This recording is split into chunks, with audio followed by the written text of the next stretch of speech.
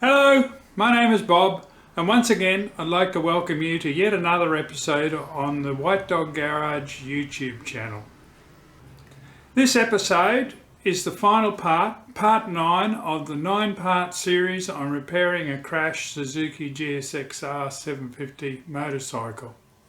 So far we have replaced the complete fairing, we have replaced the alternator cover, we've replaced the levers, handlebar grips, bar end weights and so on. All that's left to do now is to repair the seat, and that's going to be the main focus of this episode. Apart from some channels or trenches in the underlying seat foam, the main problem was this tear in the vinyl seat cover. The seat has 2 lugs, one on either side towards the front underneath the seat base. 2 bolts both fasten these lugs to the frame, but also hold the front part of the tailpiece, with the lugs being sandwiched between the tailpiece ends and the frame. With the seat on the bench, I proceeded to remove the staples that hold the old vinyl seat cover in place. I have found that the easy way to do this is to use a thin screwdriver to ease up the centre of the staple, and then use pliers to pull the staple out.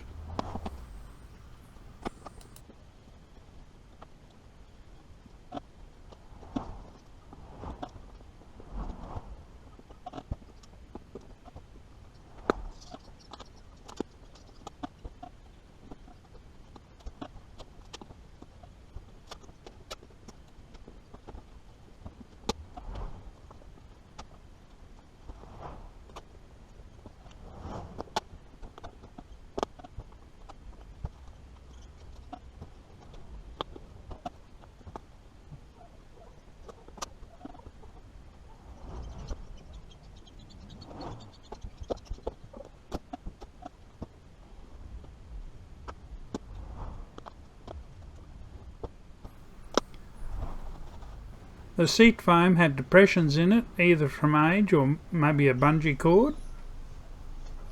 The first thing I did was to repair these. From my collection of seat foam, I selected one of similar density to the existing seat. I then cut and shaped some inserts to go into the grooves.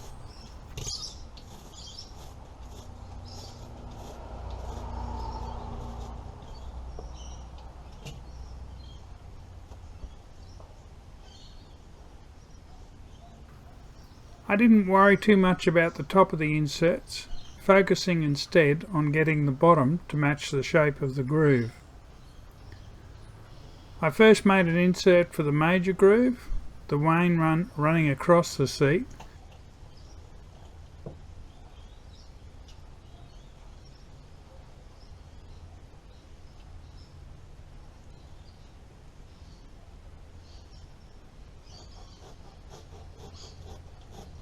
And then one for the groove running towards the front of the seat.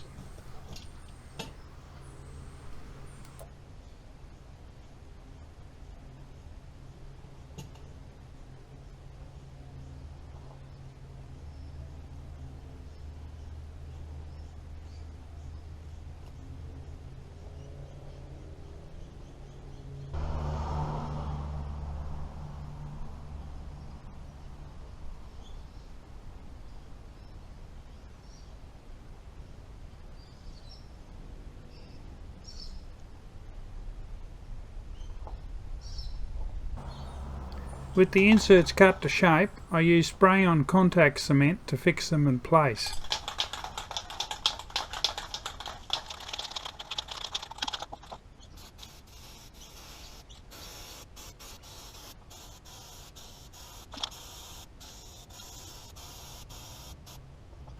Once the pieces were tacky, I inserted them.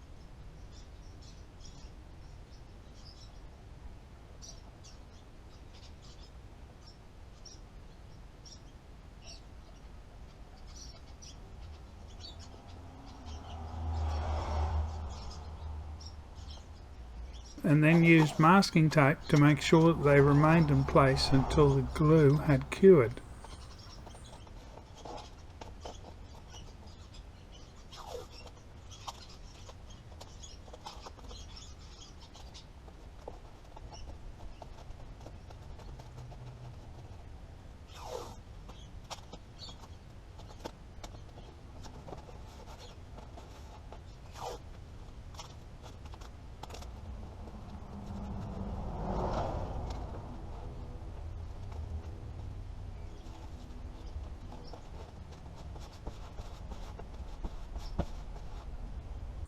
off camera, I also cut and fitted pieces to some smaller trenches or grooves, joining the main one as well.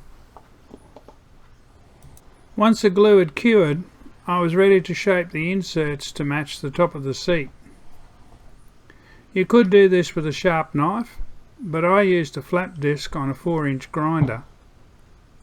The flap disc produces fine foam particles, so it pays to wear a dust mask and safety glasses for this operation. If you haven't done this before, then I would advise you to practice on some test pieces before attacking the real thing. The secret is to always drag the flap disc back over the surface rather than pushing it forward. Pushing the flap disc forward risks it digging in, which would be disastrous.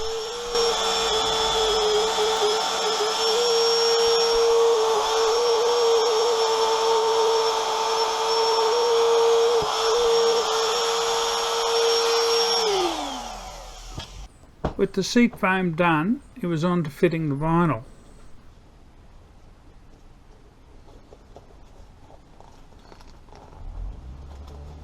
I rolled out some black vinyl and used a felt pen to roughly trace the shape of the original cover onto the back of it.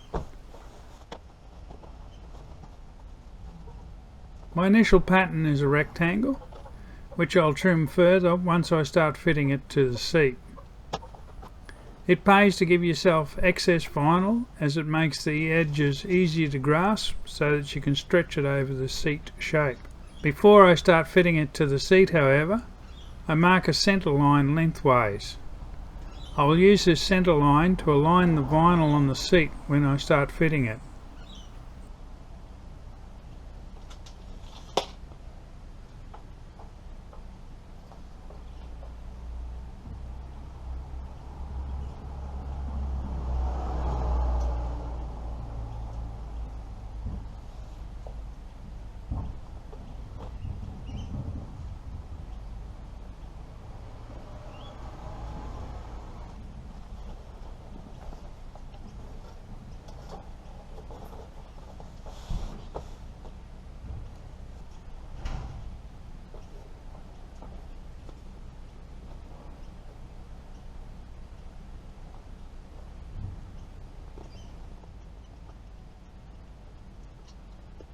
Having made sure I've marked out enough material to fit the seat, I then proceeded to cut it.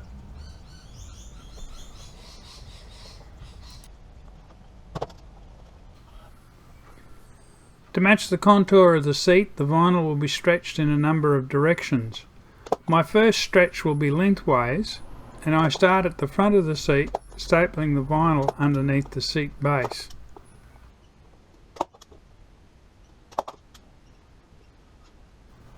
I then stretch the vinyl back, folding over and stapling the other end.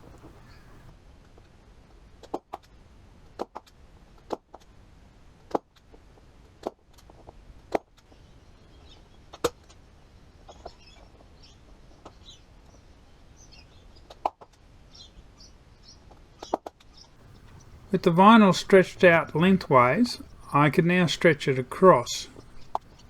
I lightly stretched the vinyl to one side first and stapled that edge. Then, with that one side secure, I can use a lot more force to achieve the cross stretch and consequently staple the second edge. Whilst doing this, I also trimmed the vinyl to its final size. The corners were rounded, and here the vinyl was formed into pleats as it went around. The trick was always to get the vinyl as tight as possible all around the seat. Don't be afraid to pull staples out and pull from a different direction if it's not stretching the way you want.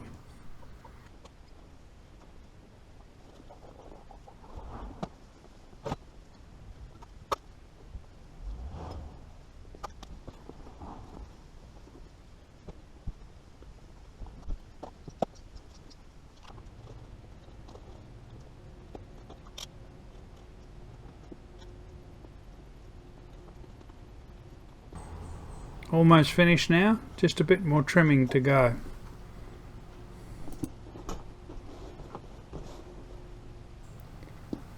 I'm not an upholsterer, and that probably shows, but the seat has turned out okay, so it is on to refitting it. Essentially, the reversal of removal, but you need to make sure the seat aligns with the bolt holes in the frame.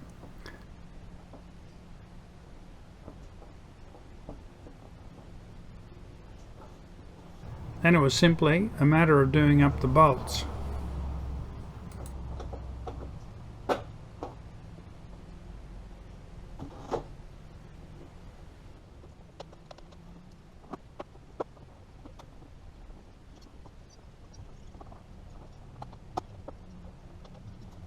The damage was mainly paint and panel, but significant nevertheless, with a bit to be done to put the bike back to good condition.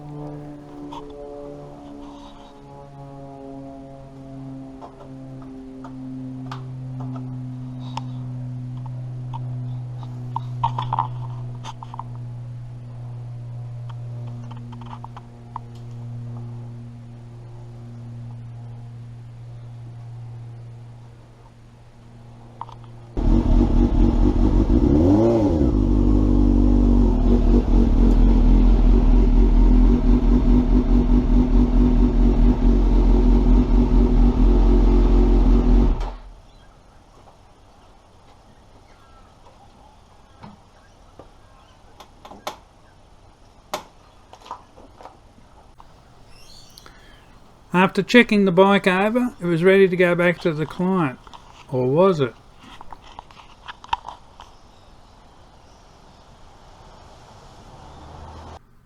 The repaired bike is looking pretty good, but I guess as a repairer I would have to say that.